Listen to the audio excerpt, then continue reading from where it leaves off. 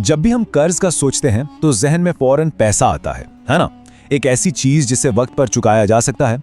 लेकिन कुछ कर्ज ऐसे भी होते हैं जो कुर्बानी से अदा किए जाते हैं और जिनका बोझ शायद हमेशा बाकी रहता है।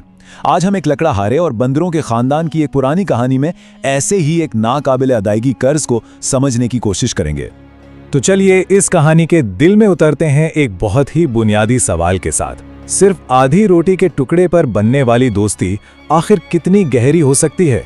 इस पूरी कहानी का मरकज यही सवाल है।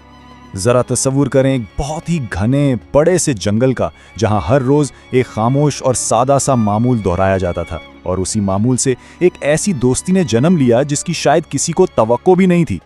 तो कहानी है एक मेहनती लकड़हारे की। उसका रोज का काम था जंगल जाना और लकड़ियां काटना।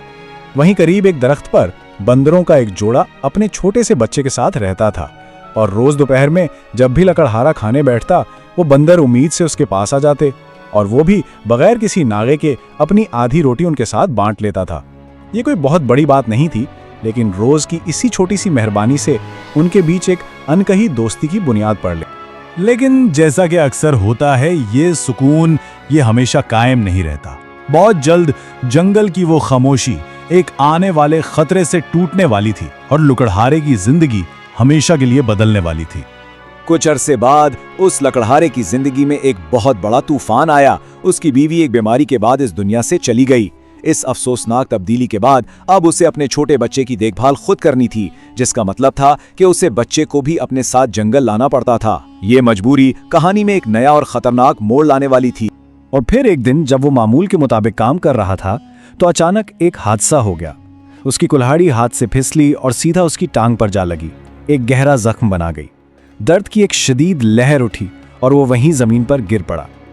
वो बेबसी के आलम में जमीन पर पड़ा था, अपनी टांग से बहते खून को देख रहा था और हिलने से भी कासिर था।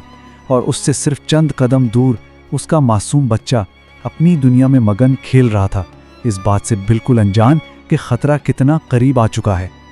और बस फिर वो लम्हा आ गया, इम्तिहान का वक्त। एक ऐसा फैसला जो सोचा समझा नहीं जाता, बल्कि पलक झपकते ही करना पड़ता है। अचानक पूरा जंगल एक शेर की दहला देने वाली धाड़ से गूंज उठा। मौत अब बहुत करीब थी। लकड़हारे ने जिस तरफ से आवाज आई थी वहां देखा तो एक पल के लिए उसकी सांस ही रुक गई। एक खूनखार शेर सीधा उसके बच्चे की तरफ बढ़ रहा था। वो अपनी पूरी ताकत से चिल्लाया, बच्चे को खबरदार करने की कोशिश की, लेकिन अपनी जगह से 1 इंच भी हिल नहीं सका। लेकिन किसी और ने भी ये खतरा देख लिया था। दरख्त पर बैठे उन बंदरों ने एक लम्हे की भी देर नहीं की। ये कोई सोचा समझा मंसूबा नहीं था, ये सिर्फ एक रद्द अमल था, उस रोज के एहसान का जवाब। वो बिजली की सी तेजी से नीचे कूदे, बच्चे को झपटा और वापस दरख्त की चोटी की तरफ भागे।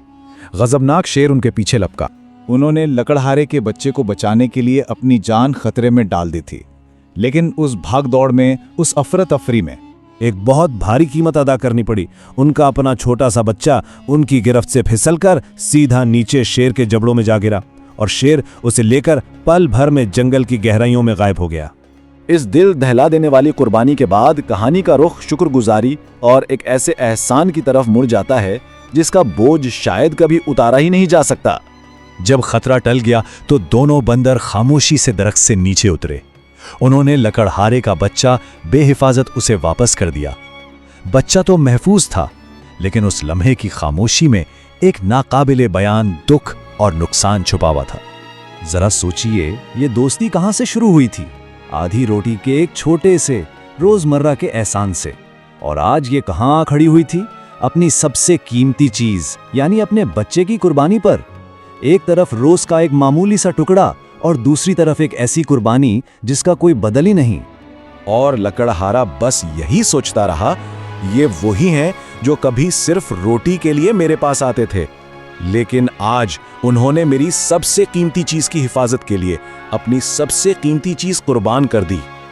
और ये कहानी हमें इसी आखिरी और सबसे गहरे सवाल पर छोड़ जाती है, कुर्बानी के ऐसे कर्ज को भला कैसे चुकाया जा सकता है? ये हमें सोचने पर मजबूर करती है कि हकीकी दोस्ती और एहसान की कीमत क्या होती है और क्या कुछ कर्ज वाकई नाकाबिले अदायगी होते हैं।